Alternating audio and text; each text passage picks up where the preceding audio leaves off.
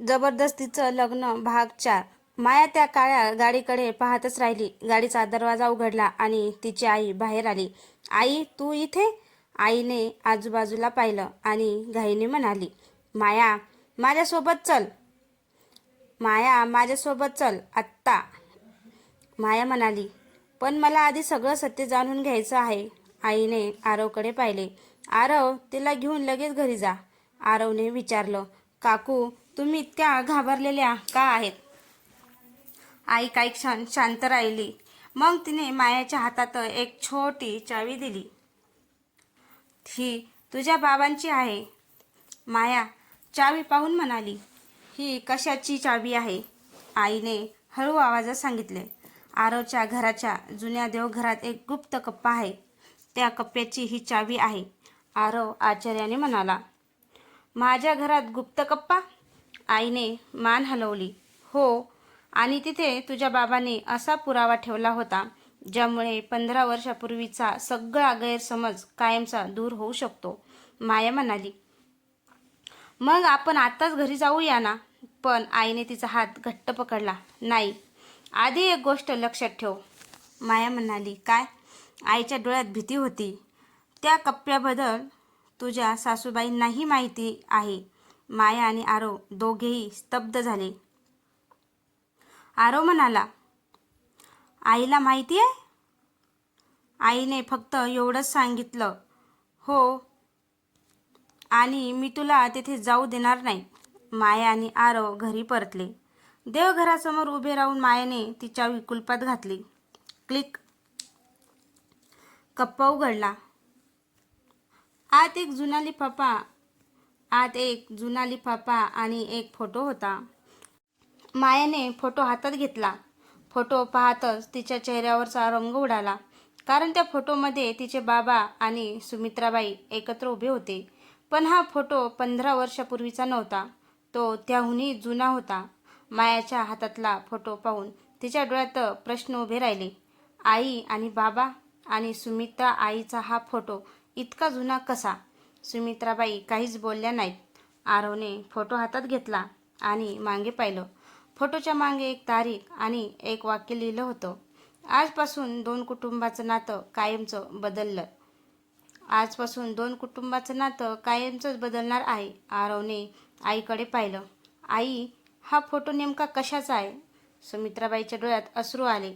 हा फोटो तुमच्या लग्नाआधीचा नाही, तुमच्या दोन्ही कुटुंबाच्या एका जुन्या कराराचा आहे. माया दचकली. कसला करार? सुमित्राबाई काही बोलणार इतक्यात मायाच्या आईने तिला थांबवलं. सुमित्रा, आता सत्य लपवू नकोस.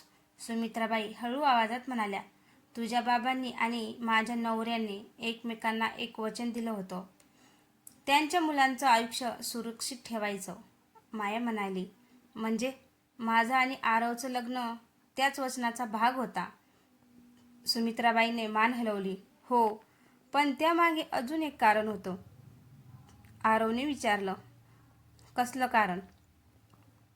सुमित्राबाईंनी देवघरातील कप्प्यातून एक जुना कागद काढला. त्यावर 2 नावं होती, माया आणि आरव. पण त्याखाली लिहिलेलं वाक्य पाहून सगळेच हादरले. हे लग्न झालं तरच तिसऱ्या व्यक्तीचं खरं रूप समोर येईल. माया थरथरत्या आवाजात म्हणाली, तिसरी व्यक्ती कोण? सुमित्राबाईंनी उत्तर देण्याआधीच बाहेरून कोणीतरी जोरात दार ठोठावलं. ठक ठक ठक. आरवने दार उघडलं. दारात एक अनोळखी स्त्री उभी होती. तिने मायाकडे पाहिलं आणि म्हणाली, माया, तुझ्या बाबांनी मला तुला एक सत्य सांगायला पाठवलं होतं. माया स्तब्ध झाली.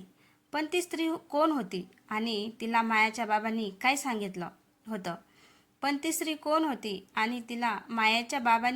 सांगितलं होतं?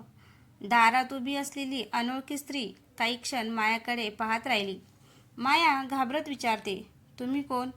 ती स्त्री हळू आवाजात म्हणाली, माझं नाव सविता आहे. तुझ्या बाबांनी मला अनेक वर्षापूर्वी एक जबाबदारी दिली होती.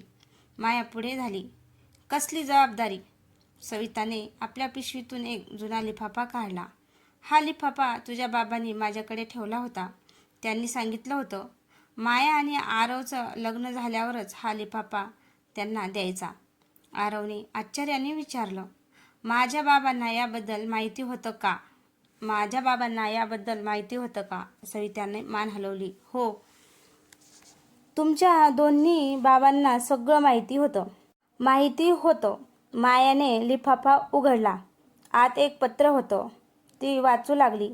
माया, तुझ्या आयुष्यातील काही निर्णय तुला अन्यायासारखे वाटतील, पण त्यामागे एक कारण आहे.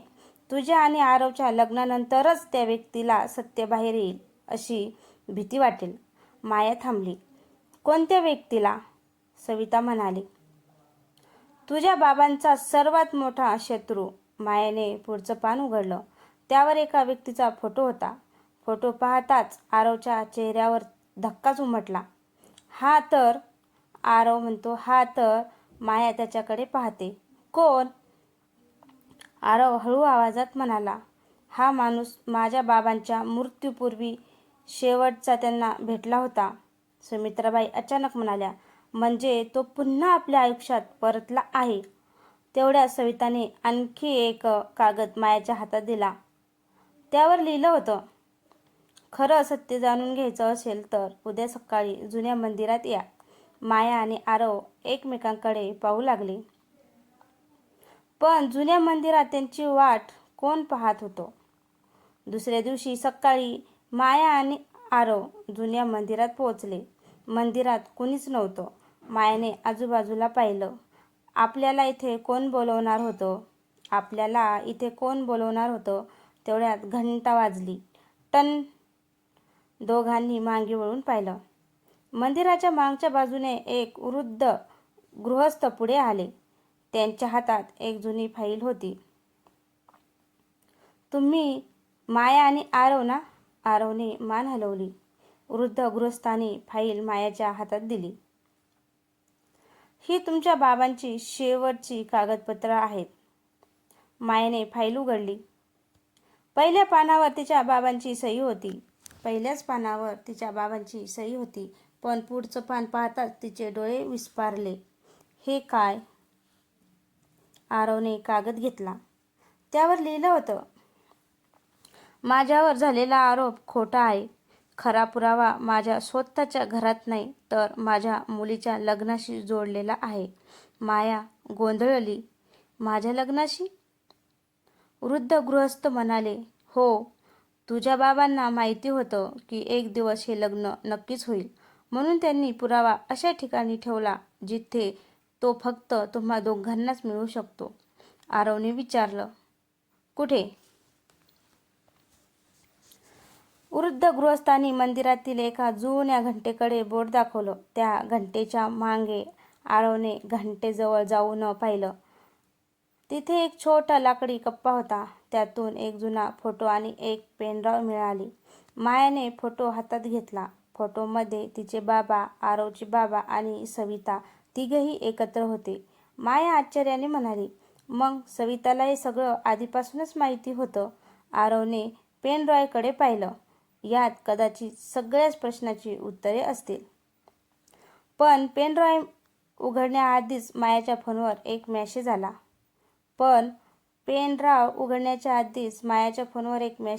पेनड्राईव्ह उघडू नका. त्यातलं सत्य तुमच्या दोन्ही कुटुंबांना कायमचं बदलून टाकेल. माया आणि आरव एकमेकांकडे पाहू लागले. आता ते पेनड्राईव्ह उघडणार होते की नाही? मायाच्या हातात पेनड्राईव्ह होती. आरव, मला हे सत्य आजच जाणून घ्यायचं आहे. आरवने मान हलवली. हो, आता मागे हटायचं नाही. दोघे घरी आले. त्यांनी पेनड्राईव्ह लॅपटॉपमध्ये लावली. स्क्रीनवर एक जुना व्हिडिओ सुरू झाला. मायाच्या बाबांचा आवाज ऐकू आला. माया, जर तू हा व्हिडिओ पाहत असेल तर माझं सत्य तुला नक्कीच शोधायचं आहे. मायाच्या डोळ्यात अश्रू आले. मी जे काही केलं ते तुझ्या सुरक्षतेसाठी केलं, पण माझ्यावर विश्वासघात करणारा माणूस माझ्या अगदी जवळचा होता. व्हिडिओ काही क्षण थांबला. मग तिच्या बाबांनी एक नाव घेतलं. माया आणि आरव दोघेही स्तब्ध झाले. कारण ते नाव त्यांच्या कुटुंबातीलच एका व्यक्तीचं होतं. आरवने व्हिडिओ थांबवला. माया, हे खरं असेल तर आपण ज्याच्यावर इतके दिवस विश्वास ठेवला तोच सगळ्यांच्या मागे आहे, माया म्हणाली. व्हिडिओ पूर्ण बघूया. व्हिडिओ पुन्हा सुरू झाला. मायाचे बाबा म्हणाले, पण त्या व्यक्तीने हे सगळं एकट्याने केलं नाही. त्याला मदत करणारी व्यक्ती आजही तुमच्याजवळ आहे. माया दचकली. म्हणजे अजून एक जण? व्हिडिओच्या शेवटी तिच्या बाबांनी एक फोटो दाखवला. फोटो पाहताच माया काही क्षण बोलूच शकली नाही. कारण त्या फोटोमध्ये तिची आई आणि माधव काका एकत्र उभे होते. मायाने आरवकडे पाहिलं. आई, माधव काकासोबत हा फोटो का? आईच्या डोळ्यात अश्रू आले आणि ती फक्त एवढंच म्हणाली, माया, आता तुला माझ्यावरही विश्वास ठेवता येणार नाही. मायाची नजर आईवर खिळली होती. आई, तू माधव काकांना ओळखत होतीस? आईने हळूच मान खाली घातली. हो, पण त्या फोटोचा अर्थ तुला वाटतो तसा नाही, माया म्हणाली. मग मला खरं काय ते सांग. आईने दीर्घ श्वास घेतला. तुझ्या बाबांच्या प्रकरणात माधव काकांनी माझी खूप मदत केली होती. आम्ही दोघी मिळून तुझ्या बाबांना वाचवण्याचा प्रयत्न करत होतो. आरव आश्चर्याने म्हणाला, पण व्हिडिओमध्ये त्यांच्यावर संशय का घेतला? आईने उत्तर दिलं, कारण तुझ्या बाबांना वाटत होतं की आपल्यातलाच कोणीतरी माहिती बाहेर पोचवत आहे. माया शांत झाली. तेवढ्यात माधव काका घरात आले. त्यांनी लॅपटॉपवरील व्हिडिओ पाहिला आणि म्हणाले, आता वेळ आली आहे मी तुम्हाला सगळं सांगतो.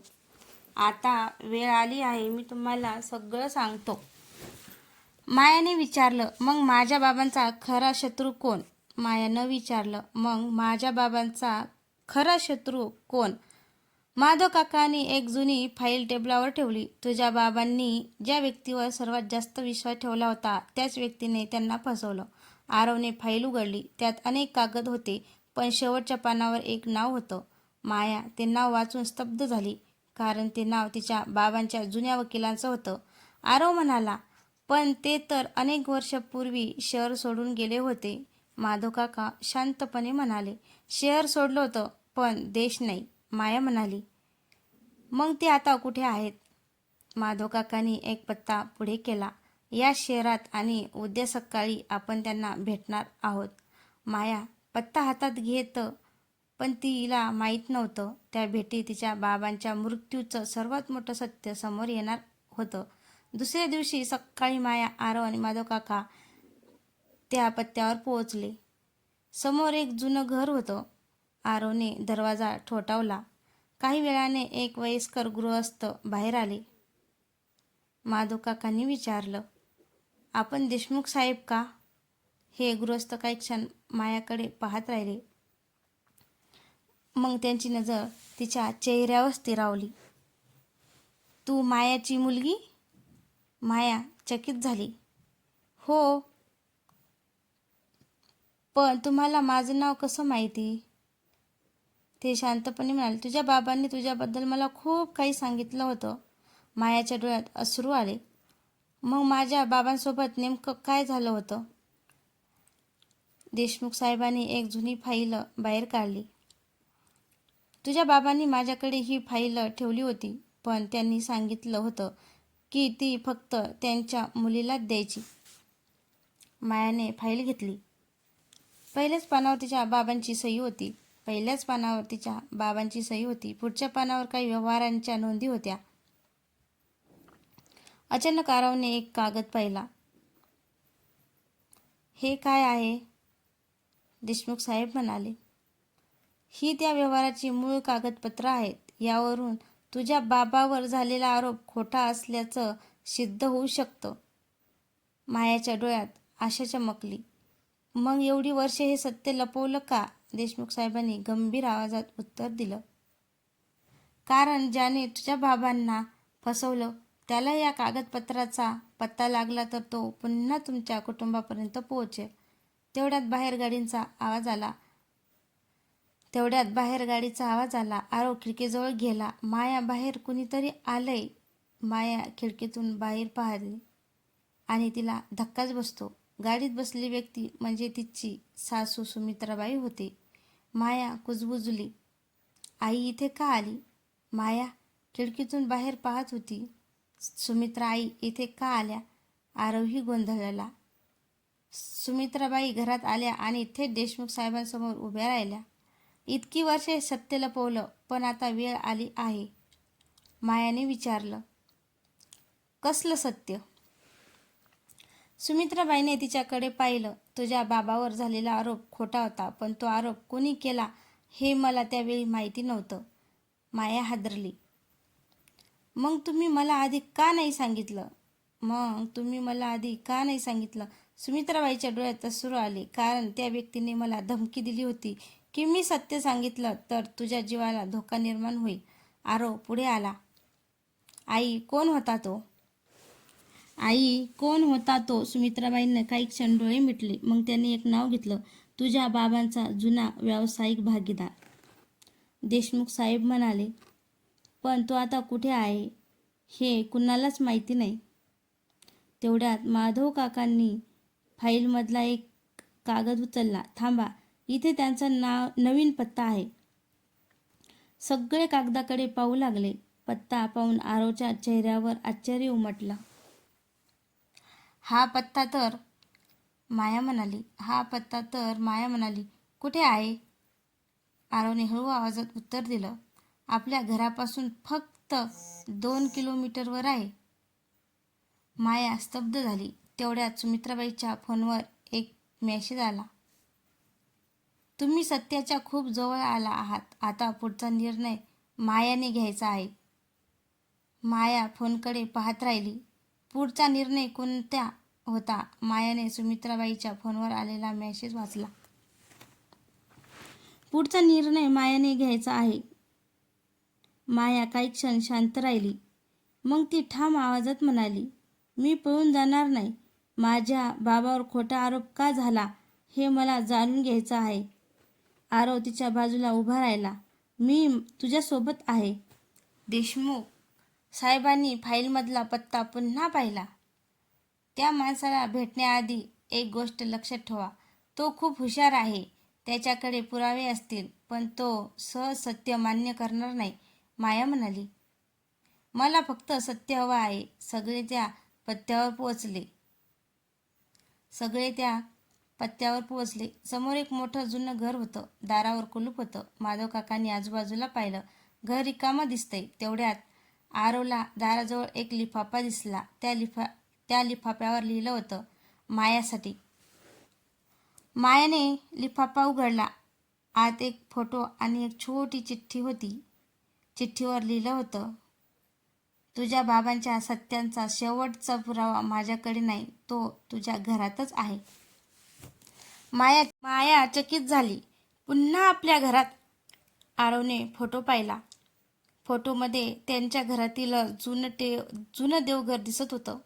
माया हळू आवाजात म्हणाली, आपण देवघर आधीच तपासलं होतं. माधव काका म्हणाले, कदाचित आपण काहीतरी चुकवलं असेल. तेवढ्यात मागून एका व्यक्तीचा आवाज आला. हो, कारण तुम्ही देवघरातला खरा कप्पाच उघडला नाही.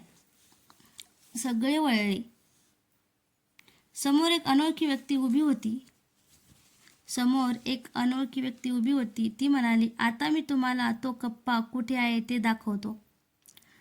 तो अनोळखी माणूस सगळ्यासमोर उभा होता. माया सावधपणे म्हणाली, तुम्ही कोण आहात? तो शांतपणे उत्तरला, मी तुझ्या बाबांचा जुना विश्वासू माणूस आहे. त्यांनी मला एक काम सोपवलं होतं. तुला योग्य वेळी योग्य सत्यापर्यंत पोहोचवायचं. आरवने विचारलं, मग देवघरातला खरा कप्पा कुठे आहे? त्या माणसाने मायाकडे पाहिलं. तो कप्पा फक्त तुलाच सापडेल, कारण तुझ्या बाबांनी त्याची खूण तुझ्यासाठीच ठेवली आहे. सगळे घरी परतले. माया देवघरासमोर उभी राहिली. तिने भिंतीवरील जुन्या फोटो फ्रेमकडे पाहिलं. फोटोच्या खाली एक छोटंसं चिन्ह होतं. मायाने ते चिन्ह स्पर्श करताच फोटोग्राफच्या मागचा भाग हलला. तर भिंतीत एक छोटासा कप्पा दिसला. आरवने तो उघडला. आरव, एक जुनी डायरी, काही कागद आणि एक फोटो होता. मायाने फोटो हातात घेतला. फोटोमध्ये तिचे बाबा आणि आरवचे बाबा उभे होते. पण त्यांच्यामध्ये उभा असलेल्या व्यक्तीला पाहून सगळे स्तब्ध झाले. तोच माणूस त्यांच्यासमोर उभा होता. माया त्याच्याकडे पाहत म्हणाली, तुम्ही माझ्या बाबांसोबत होता? तो माणूस शांतपणे म्हणाला, हो, आणि तुझ्या बाबांनी मला तुझ्या लग्नाआधीच एक सत्य सांगितलं होतं. माया पुढे म्हणाली, कसलं सत्य? त्याने डायरीकडे बोट दाखवलं. ते तू स्वतः वाच. मायाने डायरी उघडली. पहिल्याच पानावर लिहिलं होतं, माझ्या मुलीचं लग्न जबरदस्तीचं वाटेल, पण त्यामागे तिचं आयुष्य वाचवण्याचं कारण आहे. माया थिजून उभी राहिली. पण तिच्या बाबांनी आरवशी लग्न का करण्याचा निर्णय नेमका